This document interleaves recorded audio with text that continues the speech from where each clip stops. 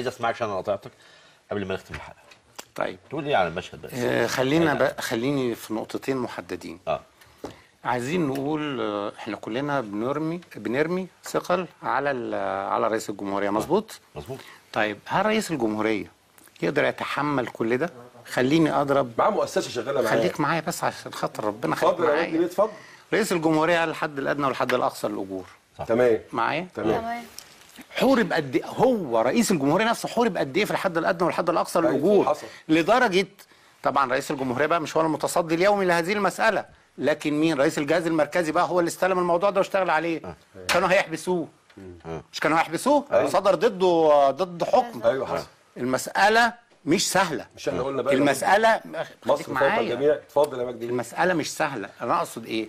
انا اقصد ان انا اقدر اتحمل مثلا 200 كيلو نطر، ما ترميش عليا 1000. ايوه يعني ما ترميش عليا 1000. لازم نفهم علشان في الاخر ما نرميش كل حاجه عند رئيس الجمهوريه. المنظومه كلها تعمل، مش الرئيس بس اللي يعمل والمنظومه تبقى موجوده. الثواب والعقاب دي النقطه في مبدا الثواب والعقاب. دي الحاجه الثانيه بالنسبه لمساله الانتخابات هنرجع لها تاني. بالنسبه لمساله الانتخابات النهارده حصل مؤتمر الفتره اللي فاتت دي واتكلموا عن الدوائر والى اخره. سياده اللواء نوه مساله مهمه قوي هي اتساع الدوائر.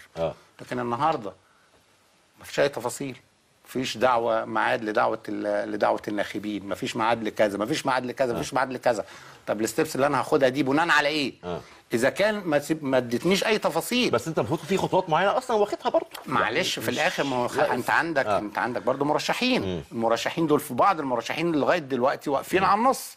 عايزين يشوفوا التفاصيل دي ايه علشان بناء عليه يقولوا يا يدخلوا قايمه يا يدخلوا فردي. يا هيقدر ولا مش هيقدر اصلا. فانتوا بتحاربوا مين؟ ما خد بالك دول برضه نفس الناس اللي عملوا مشكله قبل كده مع رئيس الجمهوريه في مساله الحد الادنى والحد الاقصى.